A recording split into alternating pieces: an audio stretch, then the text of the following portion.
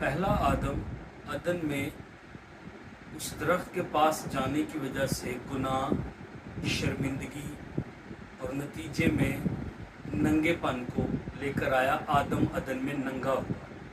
पिछला आदम मसीह दरख्त पर हमारे गुनाह, गिल्ट, शर्मिंदगी की खातर उस दरख्त पर गया और नतीजे में वो सलीब पर, लकड़ी पर, दरख्त पर नंगा हुआ।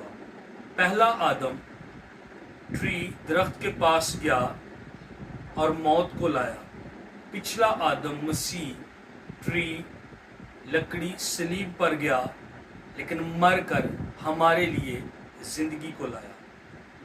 अदन में दरख्त जिंदा था मगर मौत आई और सब आदमियों में फैल गई। सलीब मुर्दा लकड़ी मगर मसीह के वसीला से जिंदगी आई और जिंदगी सब आदमियों में फैल गई।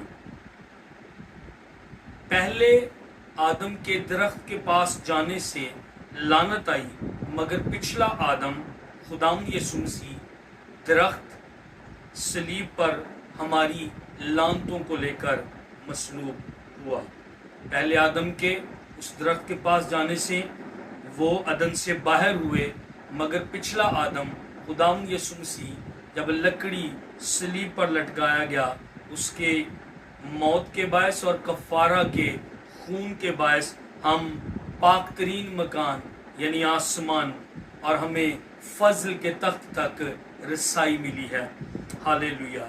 आदम और हवा अदन में उस दरख्त के पास गए, नंगे हुए और नंगे होने के बायस खुद को खुद ही कवर करने की कोशिश उन्होंने की मगर खुदा चमड़े के कुर्ते, पहला ड्रेस जो है वो उनके पास उनके नंगेपन को ढांपने के लिए लेकर आया। और ये बात हमें सिखाती, इंसान अपनी कोशिश से या किसी दूसरे इंसान के जरिए से कभी भी कवरिंग को हासिल नहीं कर सकता। हाँ, खुदा ही है जो हमारे नंगेपन और शर्मिंदगी को कवर करेगा, ढांपेगा।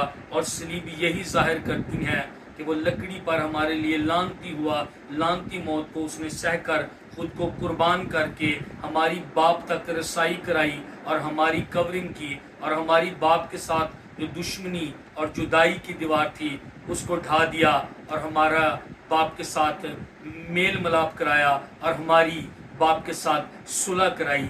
मसीह हमारी सुलह, मसीह हमारी कवरिंग है। हालेलुया।